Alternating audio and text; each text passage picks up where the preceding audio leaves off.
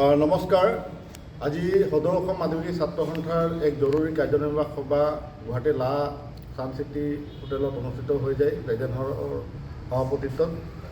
আৰু এই সভাতেই আমি সদৌ অসম আদিবাসী ছাত্ৰ সন্থা গুৰুত্বপূৰ্ণ কিছুমান সিদ্ধান্ত লৈছোঁ। বিশেষকৈ অসমৰ আদিবাসীসকলক অনুসূচীকৰণ কৰা জনজাতিকৰণ ক্ষেত্ৰত আমি গুৰুত্বপূৰ্ণ সিদ্ধান্ত গ্ৰহণ কৰিছোঁ।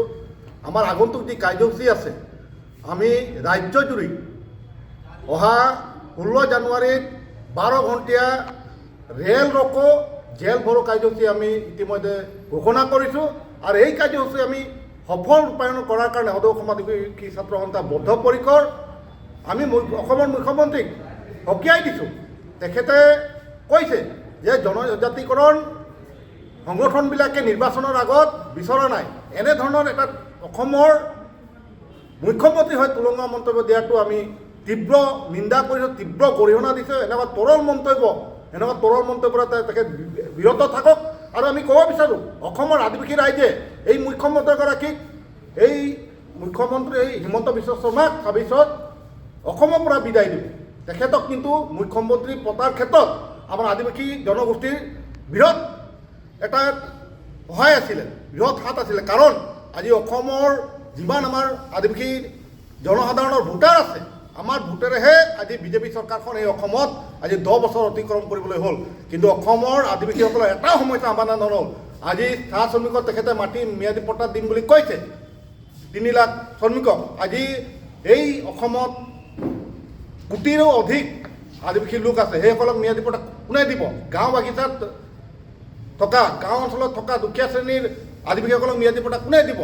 এই লুংচুং কাণ্ড যেতিয়া হৈছে, যেতিয়া আমাৰ 1993-98 চনত গৃহহাৰা আদিবাসীসকলক এতিয়াও সংস্থাপন কৰা নাই, এতিয়াও তেওঁলোকে গৃহহাৰা হৈ হাবিতে থাকিবলগীয়া হৈছে, সেইসকলক কোনে সংস্থাপন দিব? আজি নাগালেণ্ড বৰ্ডাৰত আমাৰ প্ৰত্যেক সময়তে আমাৰ মানুহ নিহত হ'বলৈ হয়, সেইসকলক সুৰক্ষা দিয়াত এই চৰকাৰখনে ব্যৰ্থ হৈছে।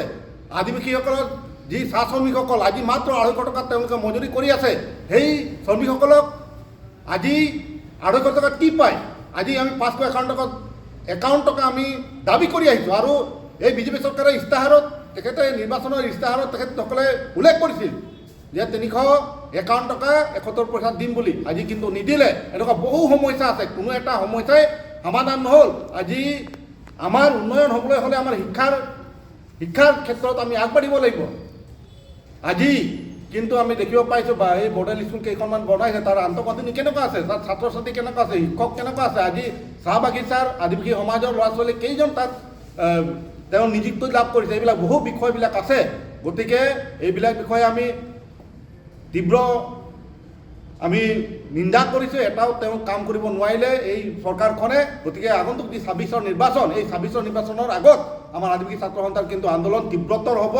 এই আন্দোলন স্থবিৰ নহয়, আমি আকৌ গণতান্ত্ৰিক আন্দোলনৰ আমি ফালে আগবাঢ়ি গৈছোঁ। কাৰণ তেখেতে কৈছে যে যিটো প্ৰতিবেদন, যি বিধানসভাৰ শীতকালীন অধিৱেশন সেইদিনাখন এই প্ৰতিবেদন দাখিল কৰিছে, ইয়াত কিন্তু এখেতে কৈছে এতিয়া অন্তৰ্বৃত্তি এইটো ইণ্ট্ৰিম হয় বুলি।